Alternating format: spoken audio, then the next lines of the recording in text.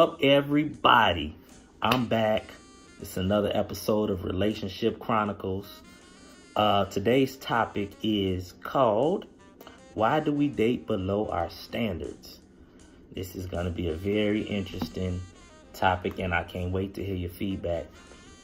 So I'm going to just get right into it. A lot of times as men and women, we have this ideal person that we describe to people that we want to date. You know, as men, we describe the type of woman we want. We want to shape like this. We want to look like this. We want to talk like this. We want to walk like this. We got all kind of different ways to describe the woman we want. Women, too, they describe what they want as far as appearance, job, definitely, career, whatever. Money, definitely is big for women. Money. But in our reality, the people that we describe to other people, the type of man or woman that we say we want, if we take a look at our past dating situations, or even currently, it don't add up. That person you described ain't the one you got, or ain't the one you had, or ain't the ones you're currently seeking out. Two different people. So why is that? Somewhere there's a disconnect. Is it because of life situations that don't allow it? Choices that don't allow it? Personal issues that don't allow it? What is it? Or is it just plainly that our standards are just unrealistic? Some of our standards are just out there. And it's like, do you really expect to get all of that out of one person? Are you serious? I'm not going to say it's impossible, but it's highly unlikely. You looking for a unicorn. That's all I'm saying. But personally, I think it's a combination of personal issues and choices. They go hand in hand. One influences the other. It starts with how we feel about ourselves on the inside. It basically shapes the choices that we make. A lot of times we get desperate. We make bad decisions. We get lonely. We make bad decisions. And a lot of times it's the way we were brought up that influences the choices we make. If you grew up around a lot of hood niggas, or you grew up around a lot of hood rats, and you grow up to be a grown man and a grown woman, and you want hood rats and hood niggas, it's innately in you because that's what you grew up seeing. Which, I mean, different strokes for different folks. So I'm not gonna knock that.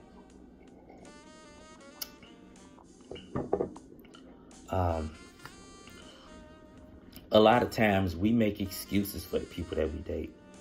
I hear a lot of people making excuses. They going through this, they going through that.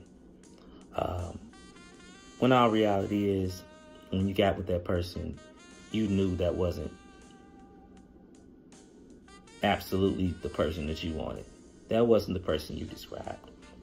We get caught up and we spend months and sometimes years in something that has no future, in hopes that if we show them how good of a man or a woman that we are, we can lead by example and hope that they will change who they are and be better. But 9 times out of 10, that never happens. So after months and years of being with somebody, you catch feelings. Once feelings get involved, it's like, it's hard to separate. You know, it's real hard to separate. And then you got the other group, those dysfunctional people. We all know them. We all know dysfunctional people. You've been around them. You know who they are. The people that just can't, they just cannot get along in a normal situation. In a normal dating situation, they're not comfortable. If there's no drama, they got problems. If there's no drama, you gonna make some. And then you got those people that feel like, they need to be a step up above the person that they with. They enjoy the fact that that person depending on them. Because now they have to play by your rules. And if they don't play by your rules, they can get the hell out. You could talk crap to them because you're above them. But then you talk about the kind of person they are. But that's what but in the end, really, it comes down to you because that's what you chose. And I use a sports reference because I'm into sports. That's equivalent to me going on the basketball court with a bunch of elementary kids and dominating. I'm a grown man. Them kids ain't got a chance against me. I'm a grown man. So guess what? I look like a superstar. I can be completely trash, but I look like a superstar with them kids because they just kids. They not on my level. And I'm kind of trying to connect it with dating by saying, you ain't no good. You get somebody that's beneath you, so you look good. But guess what I don't want to do?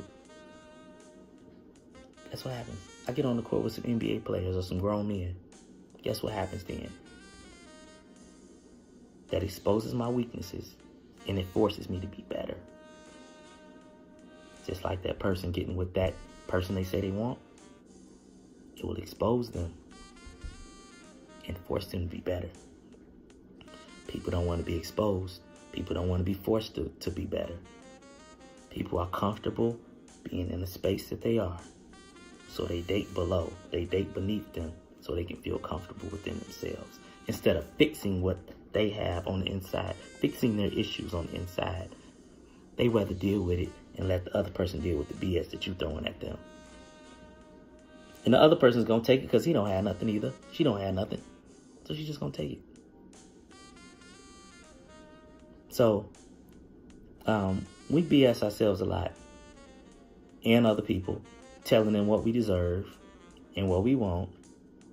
When our reality, if we be completely honest with ourselves, if that person really crossed your path, that perfect person crossed your path, you will look at them and you will let them keep walking. And even if you did give them a little bit of a chance, you'll make up excuses of why you cannot date them. They do this, they do that, nitpicking at every little thing that you can, just so you can say, hey, that person ain't for me. When you know that's exactly what you described, and that's exactly what you say you wanted, but you don't want to go there because you know deep down on the inside, you ain't who you supposed to be. So, until you fix those deep-seated issues and figure out what they are, then you can't start the healing process. You have to start the healing process. If you have issues, you need to heal before you can involve yourself with anybody else. And once you start to heal, then you start to make better choices. You won't entertain the BS that you was entertaining before. You'll have a clearer mind and you will understand what you're looking for and who you want. And actually be willing to move along life with them in a productive manner instead of all this dysfunction that's been going on. So that's it for now. Let me know your thoughts. Agree, disagree. I appreciate the feedback, comments, whatever. Let me know. Holla at me. I'll talk to y'all later. Peace and good night.